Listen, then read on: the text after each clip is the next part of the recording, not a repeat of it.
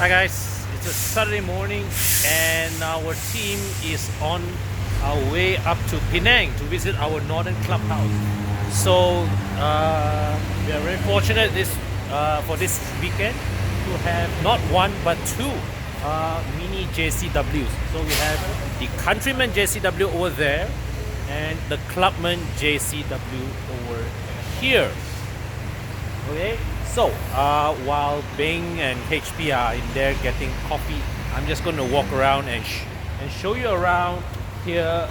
First, the Countryman JCW. Okay, guys, so as you can see here, the Countryman JCW is relatively modest. The dressing of this car is relatively modest if you were to compare this to the regular Cooper Countryman or Cooper S Countryman.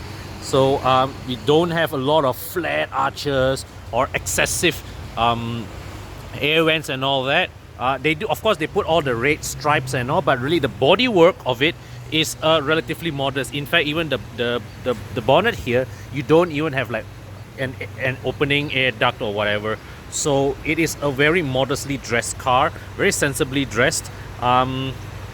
So an onlooker a casual onlooker may not even be able to spot that this car packs anything special underneath, which is nowadays cosmetically that's the way how I like my cars, right? So you can see here the front grille has this red surrounds here with the John Cooper Works badge, and of course the bonnet, the whole bonnet, actually you see this whole bonnet is one piece down here, the separation line here. So this whole thing opens up, but the headlight of course remains in place. So when you open the bonnet, this lifts up to form a gap, right? And down here you can see the lower front bumper also is very, very modestly dressed. The design is very unassuming. Therefore, there are of course these air breathers here as well, so you can see the air vents here. The wheels, not very outlandish in terms of its design as well, 19 inches. Of course, you get those big and large JCW brakes. Okay, here this side, it's a decorative air vent, but here they integrate the signal light here as well. Of course, in the plug-in hybrid Countryman, you can this part, at least on the other side of it, it opens up to be the plug-in hybrid flap. But here in this JCW or in any of the non-PHEV minis, this is a decorative piece here, ornament here, either side. So it's all-wheel drive as it should be, because the JCW variants, both the Countryman and the Clubman, pack 306 horsepower from its 2-liter engine. Get this right, 306 horsepower. These two cars have the kind of outputs that as recently as 10 years ago BMW were pushing it out from a 3-liter twin turbo engine, you know, in the 335i's, the 535i's and the like. Alright, so as you can see, the roof follows Mini's traditional two-tone scheme. You've got the red painted roof. The roof racks here is finished in gloss black. Okay, yeah, very, very modestly dressed. Okay, I mean, if you pull out all the John Cooper Works badge, right, this Countryman really could pass off as just a regular variant of the Mini. Okay? And that is the kind of restraint that we don't see often in car design. So here we have Bing and Lenny. Bing was sitting at the back seat of the, thank you, yay, coffee. You guys were sitting at the back seat of the Countryman. You guys okay? None the worse for wear? Bumpy, Bumpy. Run flat tire, bumpy lah. Okay. Yeah, actually, to be honest, the ride quality was a little on the firm side. Not unexpected for performance car of these outputs, but certainly as what you heard from Bing and Lenny earlier, for a long distance trip, that can be a bit tiresome. HP, you very hungry, You want somebody to hold the potato chip for you or not? No, it's mine. Later you walk home from Penang, ah? Share, share. Okay, give to Bing, give to Bing. Give to Bing. Okay. Oh, thank you. Thank you. Thank you. Right. Time to hit the road. So on board we've got Michael here. Hi. Michael, Bing, Lenny. Everybody on seat belts. So we continue our journey to Penang in the MINI JCW Countryman. So you guys at the back got car sick or not? Nope. No, okay, so all good, It's bumpy. It's a bit bumpy. Okay, yep, that's fair. Okay, so let's address the comment that they say about the bumpiness. So basically,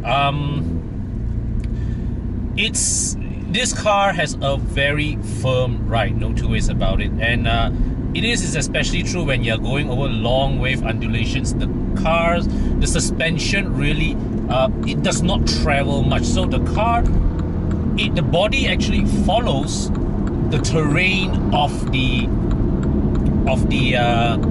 road.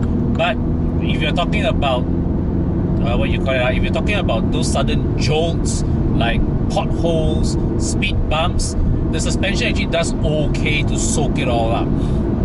Alright, now then we talk about performance. As I mentioned earlier, this thing runs on a 2-liter engine making 306 horsepower, which is basically the kind of power that you not too long ago got from the likes of a 335i or a 535i, 3-liter 6-cylinder twin turbocharged. Now you are putting this out with 2 fewer cylinders and a whole liter less of engine displacement.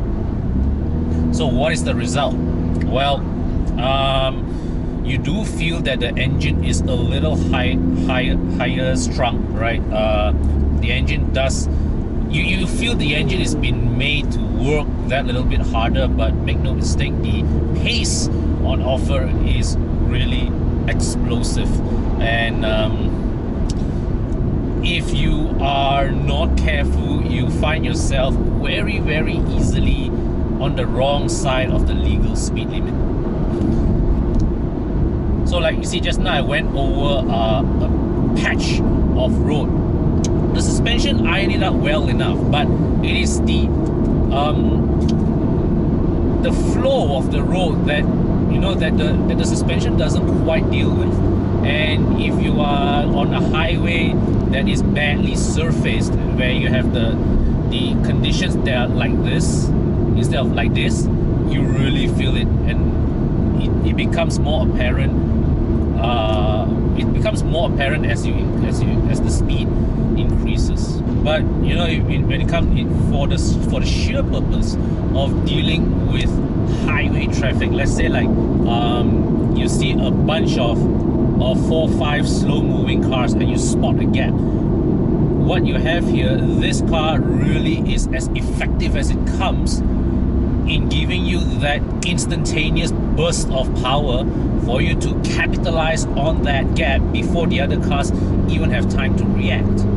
So if you remember last time, Bobby once commented that the Mercedes GLA 45 is perhaps the fastest real-world car out there.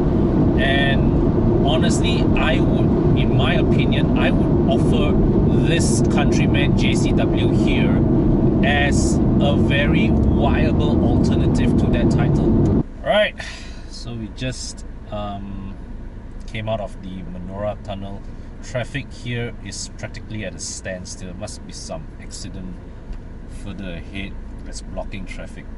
So coming back here to the JCW. Now, one thing I rather like about the way the engine and the throttle mapping is calibrated. So earlier on along the highway when I was driving in sport mode, I was following some slow traffic, right? And even in sport mode, I noticed that all I do is I just hold on to the throttle. I just held, like, gentle throttle pressure.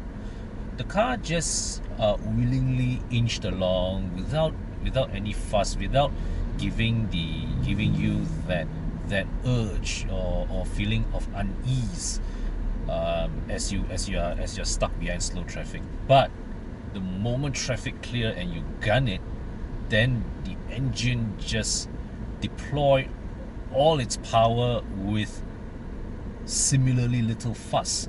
So what I'm saying here is that this is a proper performance car that at the same time they have given it thought to put in some degree of usability and ease of use. So yes, you do have to deal with a bit of firmness in the ride, but at least where the powertrain and the transmission calibration is concerned, this is a car that is just as easygoing to potter along in urban traffic, in slow-moving traffic, right? Without making it too stressful an experience. But the moment you need that performance, it is ever ready to go. So we've cleared the jam at Menora Tunnel. Now traffic is smooth again, and I want to elaborate a little on the point that I made earlier about this being a legitimate alternative to Bobby's claim that the GLA 45 is the fastest real-world car. Now, what do I mean by fast real-world car? Now, if you're talking about cruising on the highway, all right, let's be blunt about it. Most cars out there will hit 160, 170, 180, 200 on the highways, no problem. I've even done 200 in the Vios, let's be frank about that. But, you see, when we define fast in this context, right, really it's not about sheer top speed per se, or the kind of speeds that you can achieve, but rather how quickly you recover your lost speed. Let's say, like, for example, you're driving along and suddenly another car comes into your path. You have to slow down, overtake that car, and after overtaking that car, how quickly is the car able to bring you back to whatever speed that you were doing previously? Now, this kind of thing may not matter much in an urban context, but let's just say that, if you every extra second, or every extra maybe not second, maybe like 5-6 seconds you take to regain your lost speed in a slower car versus a faster car over a distance of 300-400 kilometers, over a driving period of 3-4 hours, all these seconds add up. They all add up, which is why I say this JCW Countryman here, this is a properly really fast car, because most other cars, even if you go to the regular Cooper or Cooper S, you'll probably be covering the same maximum speed on the highway. But it is when that whatever eco car cuts into your lane, all right, force you to slow down, and when the road clears again, how quickly do you regain the speed that you have lost earlier? Okay, so we are reaching Juru, about to reach Juru. The fuel tank's down to the last bar. The trip computer estimates a further range of 51 kilometers. Definitely enough for us to reach our destination. The calculated average of fuel consumption is 10.5 kilometers per liter, which is extremely impressive for a 2-liter engine squeezed to churn out 300 horsepower. So yeah, fantastic fuel consumption. Brilliant, absolutely brilliant. And it continues the BMW Group's excellent track record in producing engines that are impressively fuel efficient relative to their outputs. And I can relate to this, because going back even to my 15-year-old BMW E39, my 2.2 liter inline 6 engine is actually, in most usage situations, more fuel efficient than the modern 2 liter EcoBoost engine of my Ford S-Max. Hi guys, so we have safely reached Penang and we shall continue our walk around of the Countryman. We'll check out the interior. You can see power opening tailgate, and so this is the luggage space. You can see as my bag there illustrates, not particularly big, but good enough for a suitcase or two, a couple of carry-ons or a full-size suitcase. But here's the party trick, check this out. So you can lift this, okay, and underneath here is this this cushion which you can put down here, and you can sit on this and enjoy a drink or two, all right, admiring sunset view or whatever. Okay, here you can see this part is compartmentalized by netting. This is a hook here which you can hang things, here one, this strap here which you can use it to hold, like, you know, hold bottles. 12-volt socket here, and so now this little thing, right, this little cushion, right, you can lift this. It's a one-handed operation, so there's a magnet inside here. There's a magnet here that holds this. It's magnetically held, so you just as you lift this, the magnet snaps this back into place and it closes nice and neat. So close this back. You step into the cabin. Keyless entry, but only at the front door. So you can see here relatively modest surroundings. That's Bing's jacket there. So this pops up. It's the standard BMW parts bin stuff. Rear aircon vents, USB-C charging ports. So good for the future. Perhaps not so good for those of us who still have not adapted.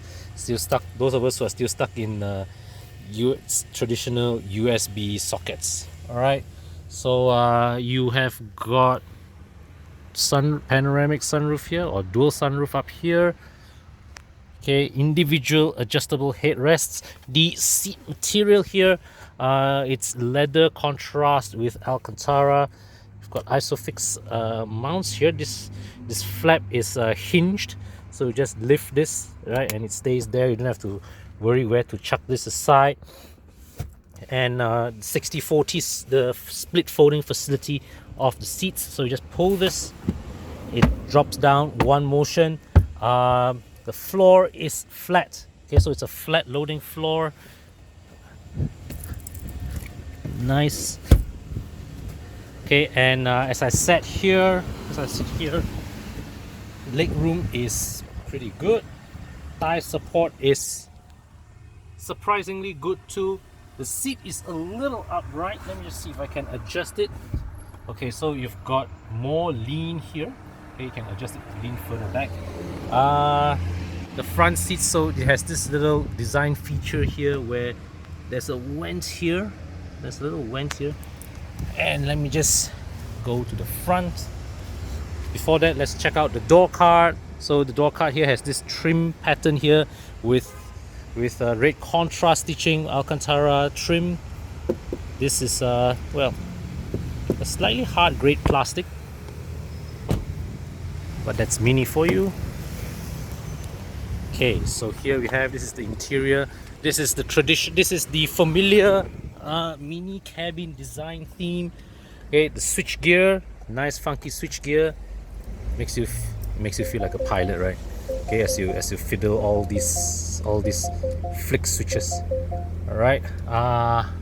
So up here also similarly, this is the switch to open the sunroof. Okay, the shade is manually operated, but the sunroof is powered.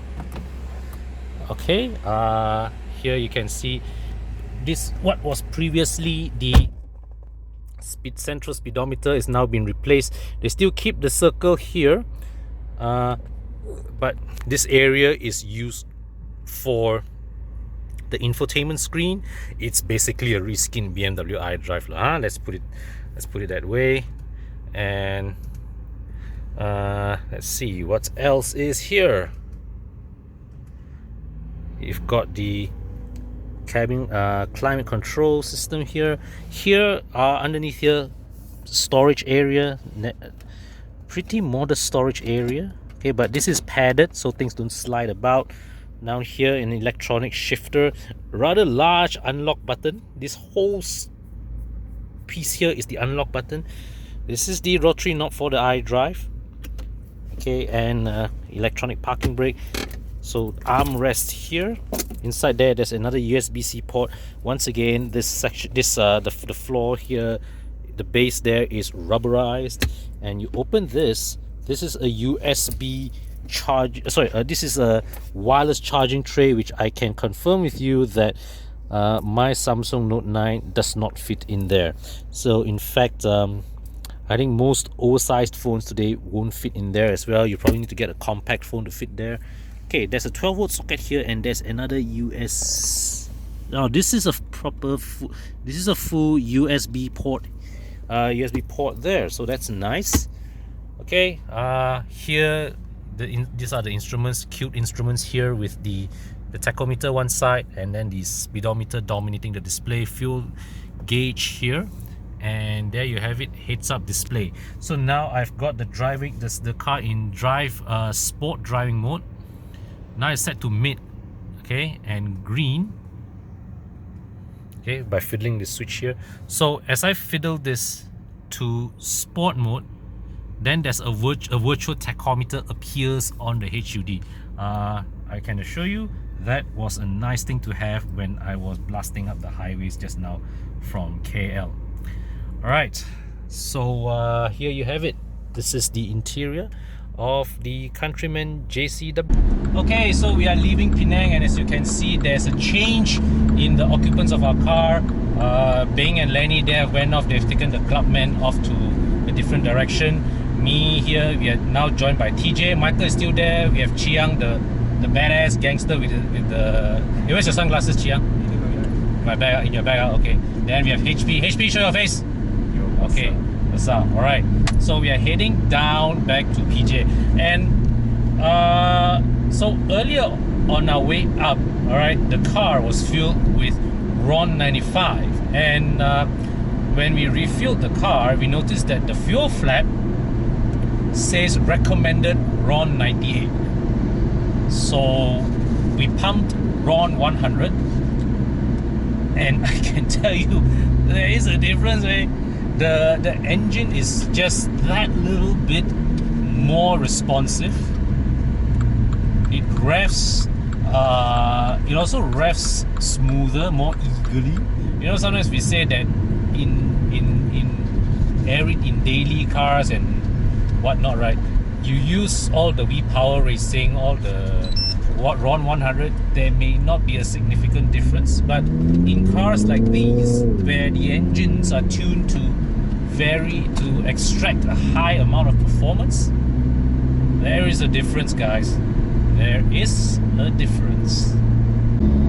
Hey, how much is this? Does this car cost? 380, right? So 380,000 ringgit, 306 horsepower. Yeah, I think that's a damn good deal, right? Not too bad. Not too bad. So the thing is this. This is, as I mentioned earlier, I see this car as a counterpoint to the Mercedes AMG GLA 45, which is now being, you know, phased out in anticipation of a new generation. But let's stack them side by side and compare. Now, in terms of its sheer product proposition, the Countryman here is a far more understated product. I mean, if you compare this with the GLA 45, the Countryman here is, you know, it doesn't make as much noise. And I'm talking about, you know, when you drive it, the pops and crackles, there's not nearly as much drama. Then also there's the visual aspect of it. You know, the GLA comes with all the flared body parts and all that. This one, from the outside, you look at the JCW here, it looks more like a dressed up Cooper S than an out and out performance variant. And for some of us, that is part of its appeal, the understatedness of it, where you don't want to make too much noise of that something special underneath your bonnet. But there's also those of us who you want to be seen in something special. You want the car to give you a sense of occasion, and that is an area where we have to say the GLA does it better. From the moment you set your eyes on it, when you see that car, you know that is a car not to be messed with. When you sit in, you start the engine, you drive, the way it pops and it crackles and it hops about, right? It all gives you the sensation that this is not your regular GLA 250. Whereas here in the Countryman JCW, you are getting, yes, a thoroughly all-round capable car that is, make no mistake about it, absolutely bonkers fast, right? And it's actual usable real world pace. As I said earlier, this car, it's not about the sheer top speed that it can achieve, but rather how quickly it recovers whatever speed that you lost when held back by slower traffic. When you see that open stretch of road, how quickly it regains the speed you lost earlier to allow you to cover ground as quickly as possible. Now, if you are traveling over a short distance, that may not make a difference. But like what we are doing today, traveling, KL, Penang and back, right, over a distance of 300 over kilometers, over 3-4 hours of driving, all these little seconds, they add up. They really add up. So, the overall conclusion of this Countryman JCW is, it is, no mistake about it, a properly fast car, a car of many talents, and one that in this size of body shell and all that, a rather practical vehicle, where this car is as practical as it gets where a Mini is concerned. All right, but and for the price versus performance, an absolute bargain. But it's just that when you stack this up next to a GLA 45, it just doesn't offer the same sense of occasion and drama that you might be expecting.